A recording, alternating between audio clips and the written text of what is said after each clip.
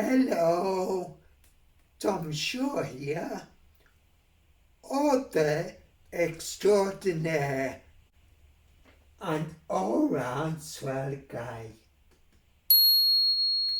This is the second reading of my award-winning, world-famous book that Marvin Bragg himself nonetheless said was a triumph.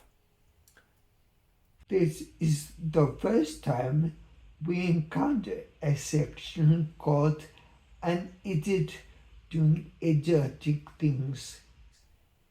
They're stories about what an idiot I was,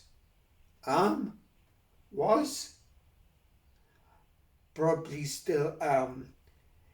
It offers a little change of pace from the more serious subject, and I've asked my friend Helen Lawson if she could narrate these bits so you don't have to hear me drone on.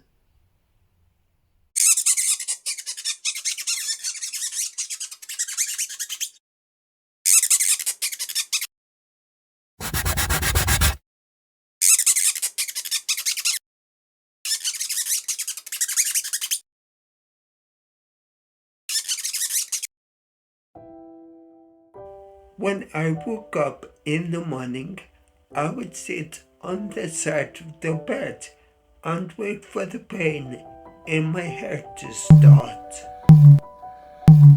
It wasn't coming from the front of my head the way a headache normally does, and the moment it came, I stopped what I was doing and waited for it to stop. It wasn't any more painful than a regular headache, and I could have carried on regardless of the discomfort.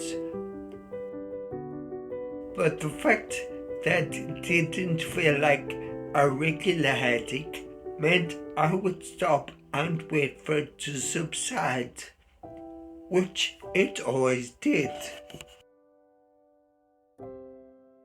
I would then go for a shower and found that just stepping into the bath would set throbbing off. Again, it was as regular as clockwork.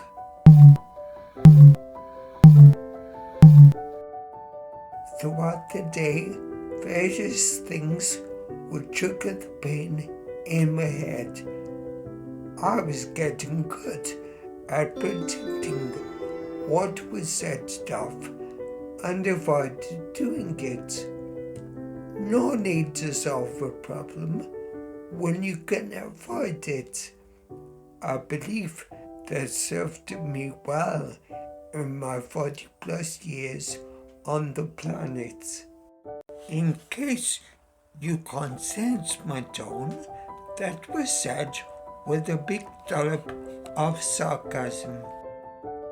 What has become clear while writing this is that I rush everything, always have.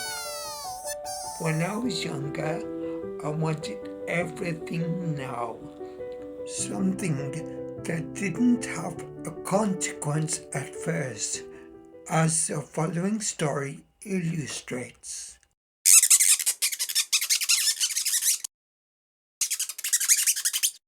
I had a year-old Renault Clio, and I was barely affording the payments on it. I was looking on the Auto Express website one day, looking through all of the Renault Clio 172s and dreaming that I would one day be able to afford one. I couldn't believe it. One was available that I could afford. It was dark blue, purple, and I think all 172s at the time were black. This 172 was an import from the Republic of Ireland and had a custom paint job.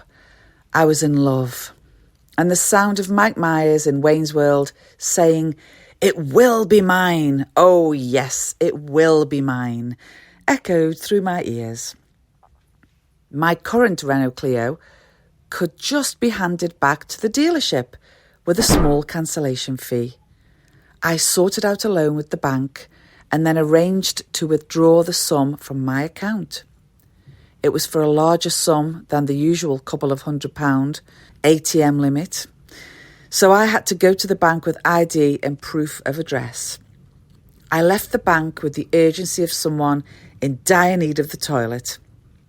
I was walking as fast as I could, without running. Carrying a few £1,000s in a jiffy bag suddenly makes you wary of everybody. That pensioner walking slowly, holding onto a Zimmer frame, could spring into life, nab the jiffy bag and sprint off like she's Usain Bolt. Dad and I drove up to Leeds to see the car. Ooh, hello. I spoke to the seller for a very short time, gave the car the once-over, but didn't test drive it, and then asked him to give me a few minutes while we discussed the car. There wasn't any deliberation. It was just for show so that this guy didn't see me as an easy sale. Although the Renault Clio 172 tracksuit I was wearing probably hinted this was going to be easy, however, the idea of being a tough negotiator is different from actually being one. I suddenly lost my bottle and took the easy option, whipped out my jiffy bag full of cash, gave him exactly what the asking price was. It was the easiest money he'd ever made. The only time I've attempted to negotiate was when I bought my house. I tried to lowball them and start with a number lower than my limit, so I had room to negotiate. I had seen this done on the telly, so I knew this was a good tactic. Unfortunately, what I hadn't seen on the telly was the response I got. I'd like to buy the property, so I'll offer X amount of pounds, I said confidently, starting the negotiation off at a figure I could increase as necessary. No, I'll accept X amount, which is the asking price, she replied. Sensing my kryptonite is negotiating, I'll pay X amount, which is the asking price, I replied, as if I'd had a Jedi mind trick played on me. On the drive back from Leeds in my newly acquired 2-litre pocket rocket, I gave it the beans on the motorway and heard a rattle. It sounded like there were lots of bits of metal in the exhaust. That was a £500 visit to Quick Fit. £500 I wouldn't have spent if I'd taken a breath and test-driven it in the first place. Then I found out the insurance was going to cost more than I expected. I thought it was 3 years since my previous claim. It wasn't.